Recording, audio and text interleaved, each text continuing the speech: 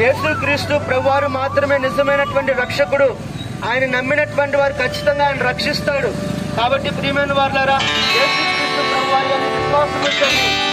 ఎవరైతే ఆయన యందు విశ్వాసం ఉంచి ప్రభువా నువ్వు నా రక్షకుడువు, నా హృదయంలోనికి రండి అని అడుగుతారో వారందరూ కూడా ఖచ్చితంగా వారి ప్రార్థన వింటారు, వారిని రక్షిస్తాడండి. వారందరూ కూడా పరలోక రాజ్యానికి వారసులుగా దేవుని బిడ్డలుగా చేర్చబడతారు. కాబట్టి ఈ మా ప్రేమ సందేశాన్ని, దేవుని సందేశాన్ని ప్రేమతో అంగీకరించి ప్రభు యందు విశ్వాసం ఉంచండి. మీరు మీ కుటుంబ సభ్యులు రక్షించబడతారు.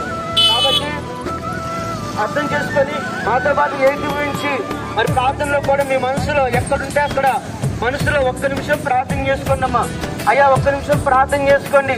ఎవరు పరిశుద్ధులు కాదు, మనం అందరం పాపంలో పుట్టాము, పాపంలో మరణిస్తున్నాము.